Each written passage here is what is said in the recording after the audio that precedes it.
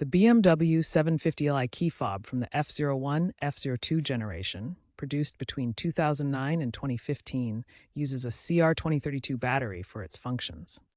To begin, locate the seam on the side of the fob, typically near the metal key.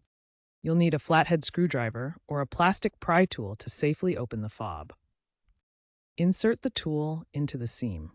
Gently twist to separate the two halves of the fob, avoiding excessive force to prevent damage to the clips. If your fob has a valet key, remove it first. Be careful not to lose any small rubber seals, as their damage can lead to moisture ingress. Once the fob is open, carefully remove the old CR2032 battery. Tweezers can be helpful for this step. Note the correct polarity with the positive side up before inserting the new battery. Install the new CR2032 battery, ensuring the positive side is facing up, as marked on the fob. Snap the two halves of the fob back together until they click securely. Test the fob's functions, including lock, unlock, and start, to ensure the new battery is working.